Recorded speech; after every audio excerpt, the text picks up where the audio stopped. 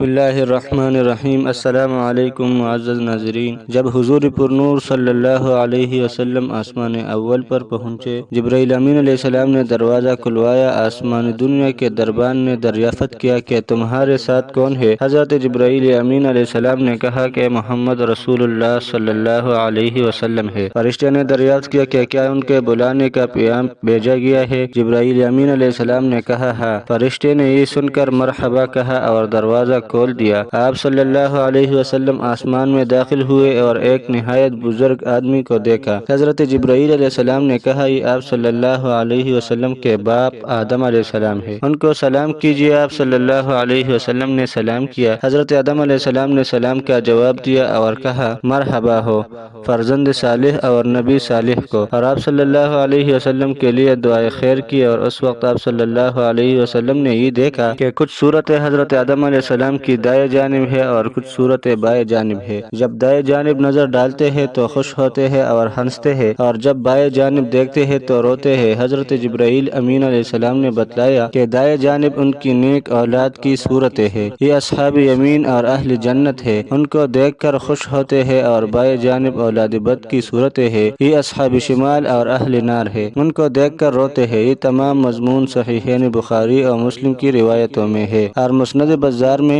حضرت ابو ہریرہ رضی اللہ عنہ کی حدیث میں ہے کہ حضرت آدم کی دائیں جانب ایک دروازہ ہے جس میں سے نہایت عمدہ خوشبو آتی ہے، جب دائیں جانب دیکھتے ہیں تو مسرور ہوتے ہیں، اور جب بائیں جانب دیکھتے ہیں تو مغموم ہوتے ہیں۔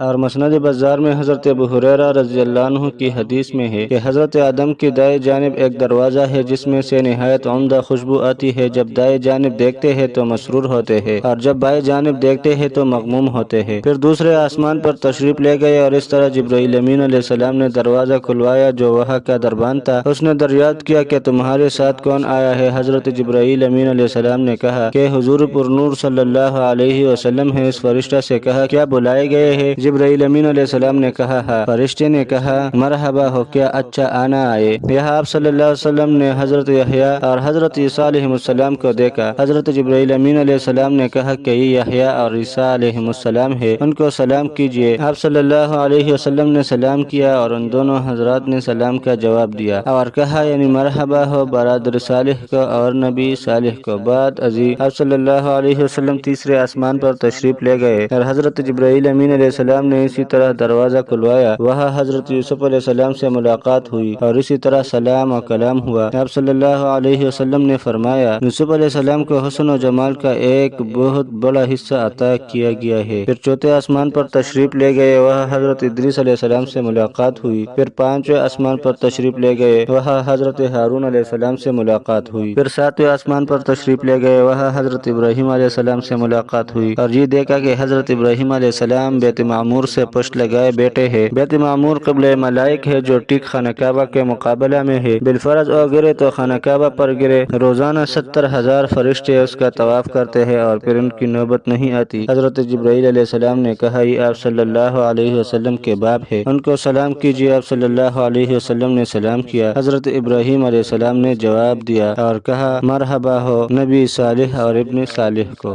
بعد از آپ صلی اللہ علیہ وسلم سدرۃ المنتہا کی طرف بلند کیا گیا جو 7ویں آسمان پر ایک بیری کا درخت ہے۔ زمین سے جو چیز اوپر جاتی ہے اور سدرۃ المنتہا پر جا کر منتہی ہو جاتی ہے اور پھر اوپر اٹھائی جاتی ہے، اور ملائے اعلیٰ سے جو چیز اترتی ہے اور سدرۃ المنتہا پر آ کر کھڑی ہو جاتی ہے پھر نیچے اترتی ہے، اس لیے اس کا نام سدرۃ المنتہا ہے۔ اسی مقام پر حضور صلی اللہ علیہ وسلم نے حضرت جبرائیل علیہ السلام کو اصلی صورت میں دیکھا اور حق جل شانہ کی عجیب و غریب انوار اور تجلیات کا مشاہدہ کیا، اور بے شمار فرشتے اور سونے کے پتنگے اور پروانے دیکھے جو سدرۃ